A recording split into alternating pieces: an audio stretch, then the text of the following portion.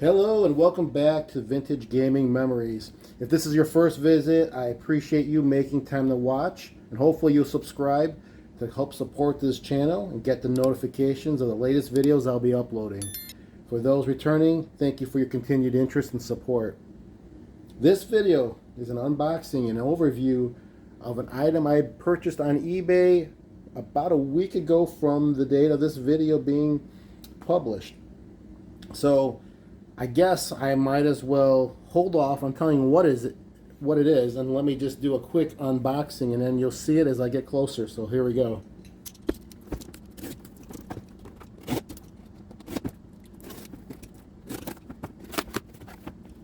All right, well, the cat's out of the bag. So you can see what it is. It is the Supercharger. Actually, it's StarPath Supercharger. StarPath is the name of the company. Supercharger is the product that they produced. I guess a little history should be given. StarPath was not their first name. It was originally called Arcadia. They were a small company. They started in 1982. I'm going to go 2. And they had to change their name from Arcadia because of trademark reasons with that name. So they went with StarPath. So what this is it's a expansion peripheral cartridge. Basically what that is, it plugs into your Atari 2600 or also the 2600 Junior, and the Sears Video Arcade gaming console works with it as well.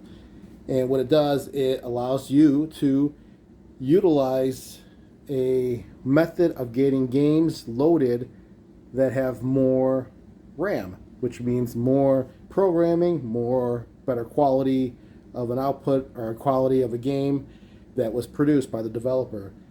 I bought it from an reputable eBay seller. It was with the box, as seen here. And first glance, I mean, this is, oh, by the way, too, this is number 1 of 10 that came in the series or in the set.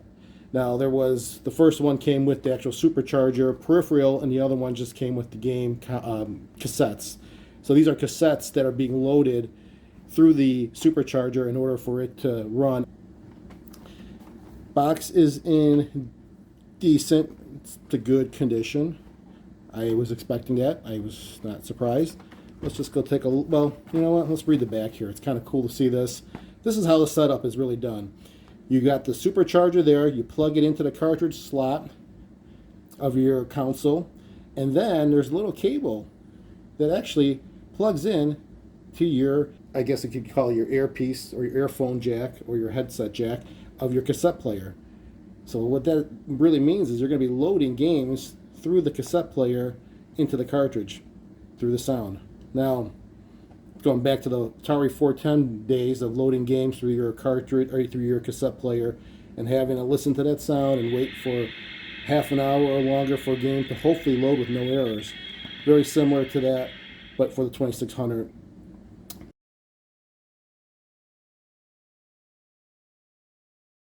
So this Supercharger, which is really an expansion peripheral cartridge, that word expansion, what does that really mean? It adds on some increased RAM for games to be programmed in and then loaded through that cartridge slot with the Supercharger. Think of it this way, the Atari 2600 itself, games were made with the limitation of 128 bytes of RAM. Having a Supercharger to load a game through there, you can develop it. You have an additional 6 kilobytes, so 6,000 bytes addition to the 128 with the console itself. That gives a developer quite a bit of imagination and quality of a game that can be produced, which you will definitely see a difference.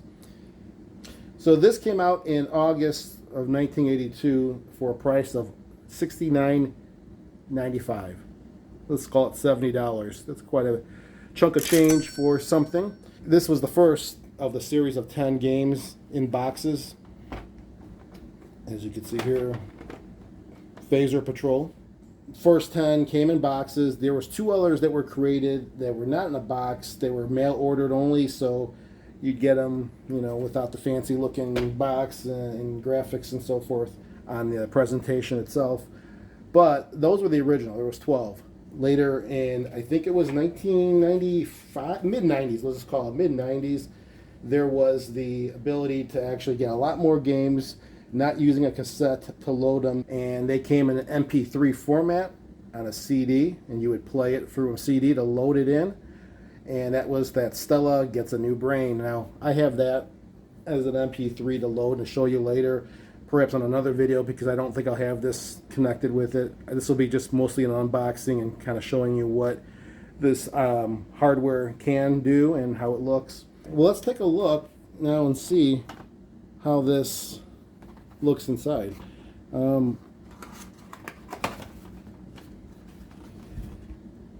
There's the supercharger, and there's the cassette. Let's get the cassette out first.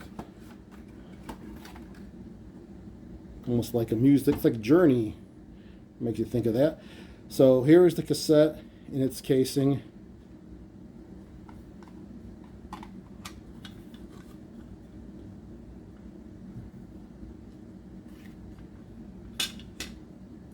Not rewound.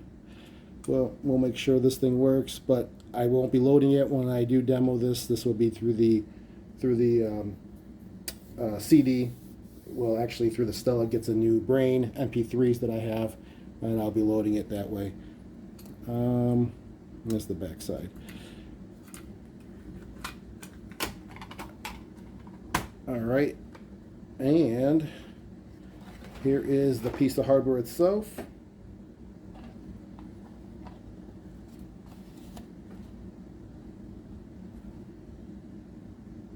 See it here clearly.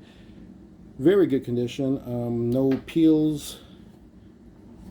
It looks very nice, which is what made me want to buy this, because I really don't want to try to fix something like this. It's not like you're going to find ample parts to replace. But there was some I saw that had this opened up, because there was a screw underneath the sticker here, which allows you to open it, and I did see that. And I mean, and then you kind of wonder why was it open. So that was one of those that I did pass. I'm sure it was probably fine, but side of caution. Here's the plug that I mentioned. That would go right into your earphone jack of your cassette player, or whatever you'll be using to play your cassette tape from, which, or actually I will be using this through my MP3 player. And there should be instructions, and there is, how to play. So with this Phaser Patrol, being the first in a series of 12 games, this will be my first. So I probably want to start collecting these. I know it's going to be an expensive collection, because I do want to get them all in boxes. I have seen some that had them in pristine condition, which they've got it a while back, so I'm sure they beat the rush on paying some crazy price. Maybe they still paid high price for those items, but I'm not looking forward to shopping and trying to negotiate, but I may have to, because this looks pretty cool to have in my collection. I like collecting things when there's a limitation. As I've told a friend before, collecting software is one thing, but if you try to collect all the software, it's an endless journey. And that kind of leads me to the second point of this. Why was there only 10 to 12 games created? I mean, that just seems like, if this is such a great concept with additional RAM, why wasn't there more? Well, if you're not aware, there's something that we refer to the crash of 1983. Now, I wasn't even a teenager yet, but I do know what effects it had to me, because basically what it was games were just being created crazy. There was more of the quantity versus quality type of issue. So you've gotten people interested in buying games, and the retailers were pushing this out. The consumers were getting the games, but then after a while they realized the quality of such games and a lot of the cloning of some games became just like, why are you spending so much money for the same thing? And there was a lot of issues of getting these things off the shelves. So with that, the surplus from the retail side became just really, really tremendous, which then turned around and hit the actual gaming manufacturers, and a lot of them did go under. and I don't mean under as in Australia. Good day, mate.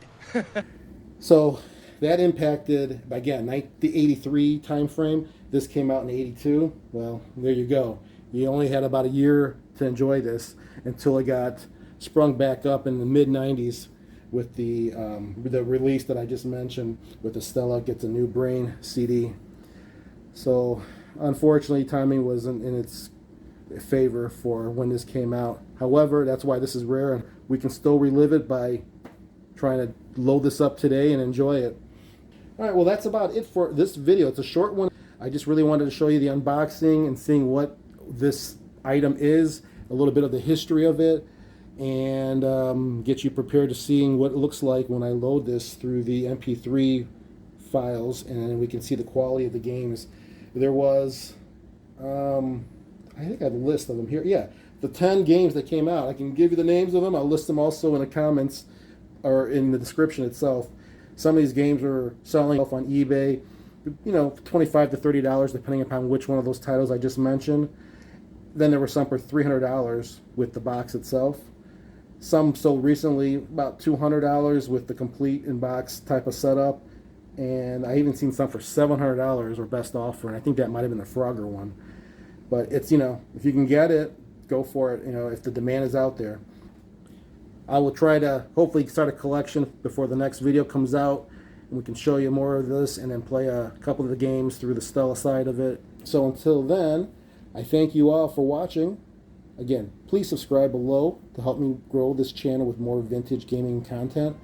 But until next time, keep your gaming passion for the past alive by living it today. Take care, everyone.